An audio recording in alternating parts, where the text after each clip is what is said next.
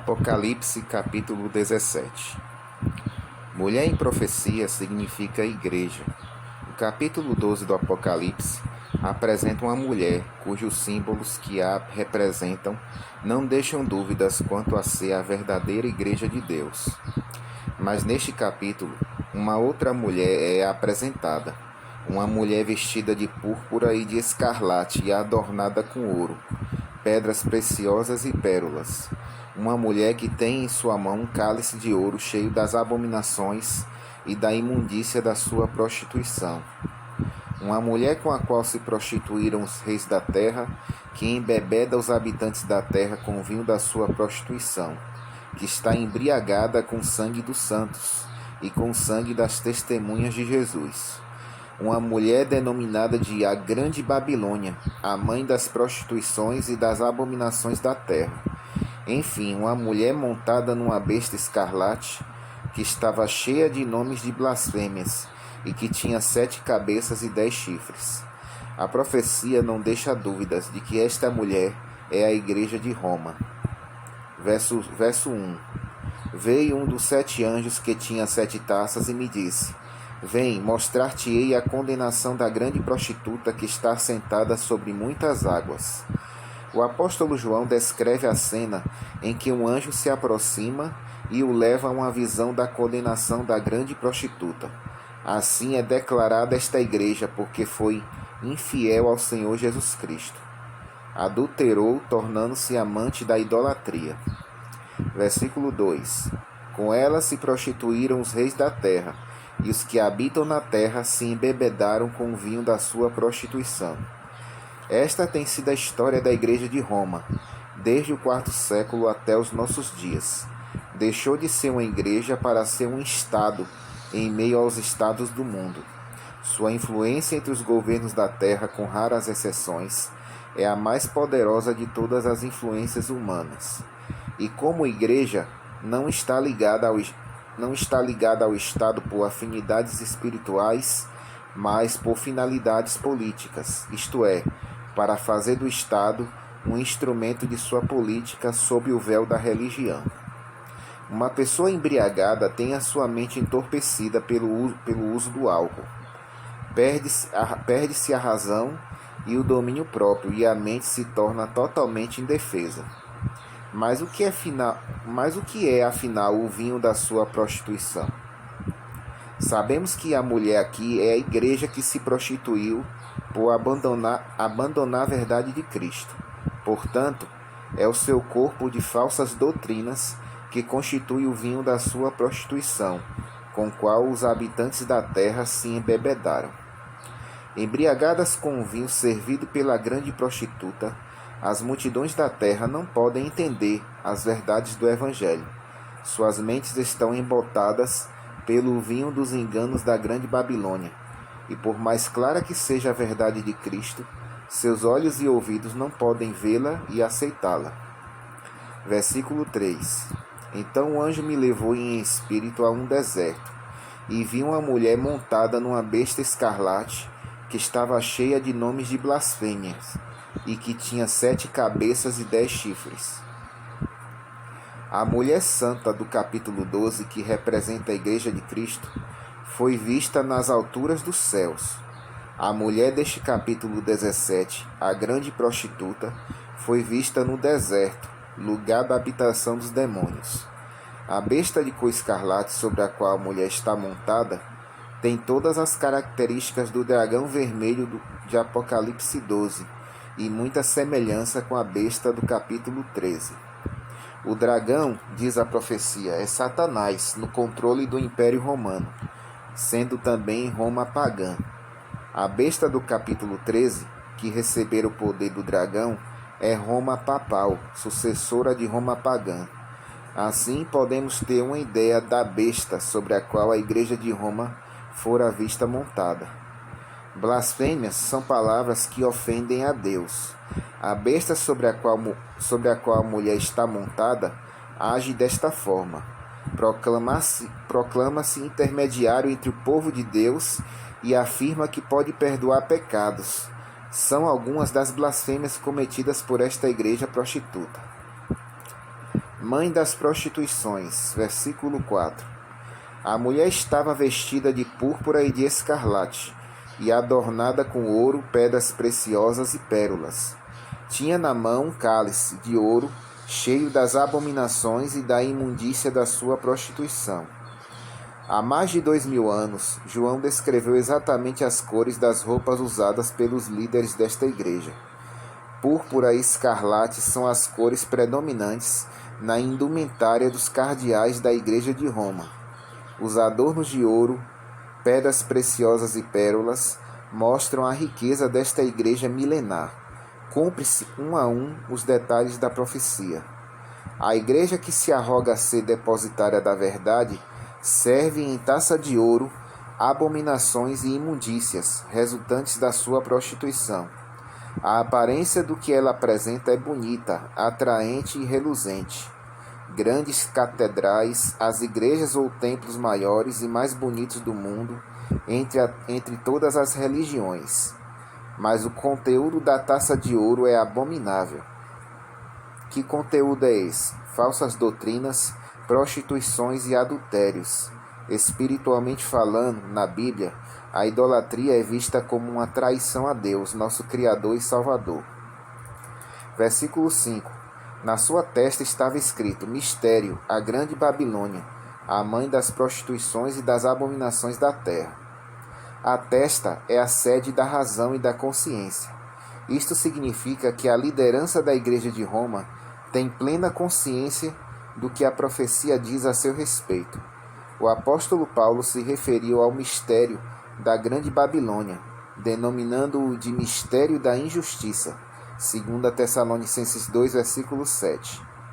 Não era um mistério Roma pagã perseguir a igreja cristã, mas uma igreja que se dizia cristã embriagar-se do sangue dos santos e do sangue das testemunhas de Jesus. Isso é verdadeiramente um mistério. Comparando a igreja de Roma com a antiga Babilônia, a revelação faz uma drástica denúncia ao responsabilizá-la pela corrupção da fé cristã. A antiga Babilônia é reconhecida por dominar as consciências humanas, impondo a idolatria e uma religião que tinha por fundamento a salvação pelas obras, ao invés da salvação pela fé instituída no plano de Deus. Desse modo, Roma é a Babilônia do Apocalipse. Quem são estas prostitutas das quais a igreja de Roma é a mãe? As filhas são as igrejas protestantes que com ela comungam em muitos pontos de doutrinas. A Babilônia, mãe, e as suas filhas são acusadas de provocarem a confusão reinante no seio do cristianismo, com suas centenas de denominações e falsas doutrinas. Versículo 6. Vi que a mulher estava embriagada com o sangue dos santos e com o sangue das testemunhas de Jesus. Quando a vi, admirei-me com grande espanto. Na Inquisição, os seguidores fiéis da palavra de Deus foram perseguidos e assassinados. Cada detalhe da profecia é comprometedor contra a Igreja de Roma. A revelação de Deus denuncia essa instituição como anticristã. Versículo 7. Então o anjo me disse: Por que te admiras? Eu te direi o mistério da mulher e da besta que a leva, a qual tem 7 cabeças e 10 chifres. Por que João ficou admirado? Certamente não era em face da perseguição ao povo de Deus. Afinal, ele havia testemunhado a feroz perseguição do poder romano contra Jesus. A grande questão é que essa perseguição anterior vinha da Roma pagã, inimiga declarada de Cristo. Agora, ela via em uma igreja nominalmente cristã perseguindo cristãos verdadeiros. União Igreja e Estado, versículo 8. A besta que viste era e já não é, e subirá do abismo, e irá à sua destruição.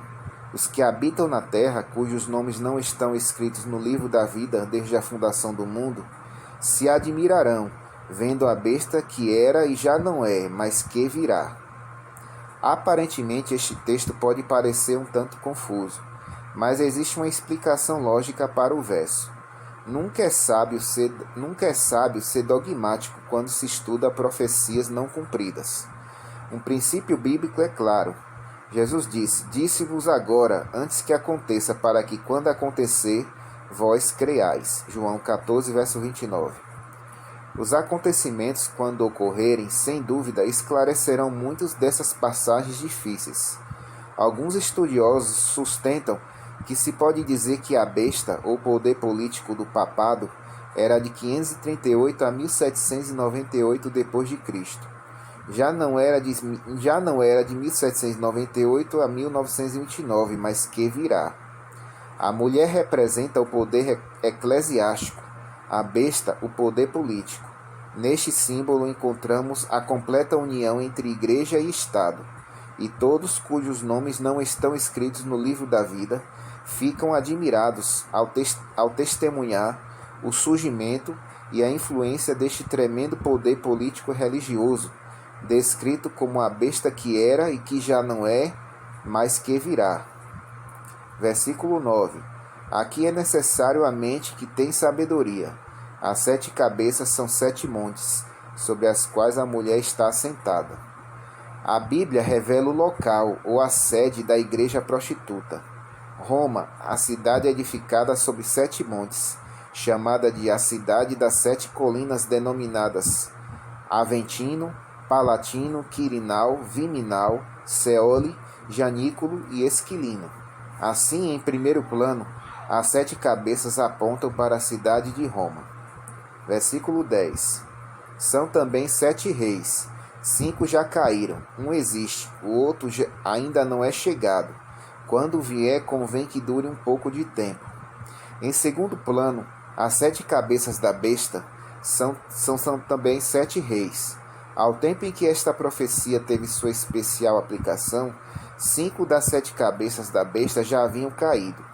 Embora possa não ser sábio mostrar-se dogmático sobre a identificação dessas cabeças, é significativo que há 7 diferentes e distintos poderes introduzidos nas Escrituras pelos símbolos proféticos. Estes estão claramente indicados. Babilônia, que é o leão de Daniel 7, verso 4. Pérsia é o urso de Daniel 7, verso 5. A Grécia, que é o leopardo de Daniel 7, verso 6. Roma pagã, a besta com 10 chifres de Daniel 7, verso 7. Roma papal ou eclesiástica, a besta com 7 cabeças de Apocalipse 13. E também a ponta pequena de Daniel 7, versículo 8. Democracia ou os Estados Unidos, que é a besta com 2 chifres que fará uma imagem à besta, que está em Apocalipse 13, verso 11 a 14. E a última grande confederação do mal, a besta escarlate de Apocalipse 17, versículo 3. Versículo 11 de Apocalipse 17 diz: A besta que era e já não é o 8º rei, pertence aos 7 e vai à sua destruição. O poder romano é um só, quer na fórmula pagã, quer na papal. A besta é um único poder, e suas 7 cabeças a representam em toda a sua história.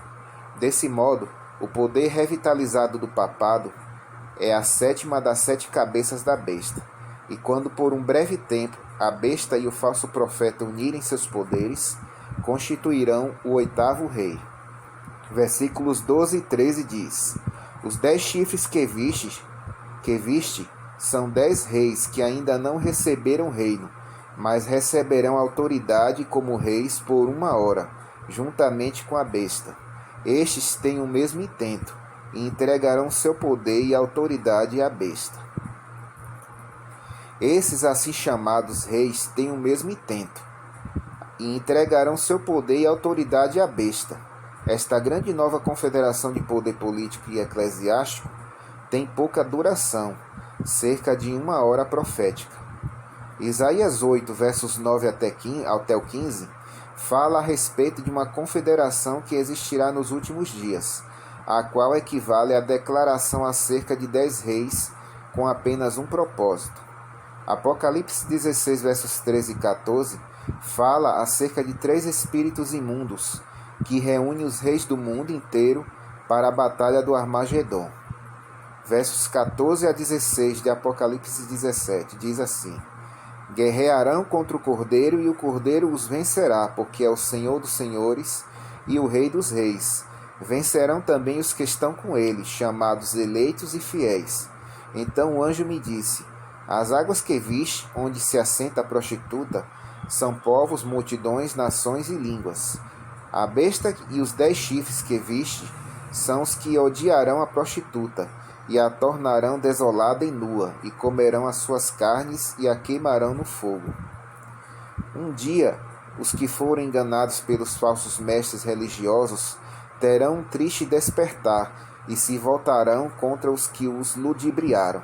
Eles ficarão furiosos pela maneira errônea com que foram orientados, e deixarão de apoiar a Igreja de Roma. Versos 17 e 18. Pois Deus lhes pôs no coração o realizar o intento dele, concordando dar à besta o poder de reinar, até que se cumpram as palavras de Deus. A mulher que viste é a grande cidade que reina sobre os reis da terra. Alguma forma de religião apostatada sempre tem sido usada pelo inimigo para manipular o poder civil, tentando atrapalhar os planos de Deus e criando dificuldade para seu povo. Durante os tempos modernos, o povo de Deus tem tido descanso de perseguições governamentais. Em breve, a ferida mortal estará plenamente curada, e a besta vai recobrar todo o seu poder, e o mundo a seguirá. O falso profeta começará a falar como dragão, e todos os outros eventos acontecerão sucessivamente. Nenhum filho fiel à palavra de Deus será pego de surpresa. Muito pelo contrário, o cumprimento das profecias bíblicas irá mais uma vez confirmar a fé em Jesus e em sua breve e certa volta. Se você deseja ser fiel à palavra de Deus, prepare-se para a volta dele. Deus abençoe a cada um de vocês.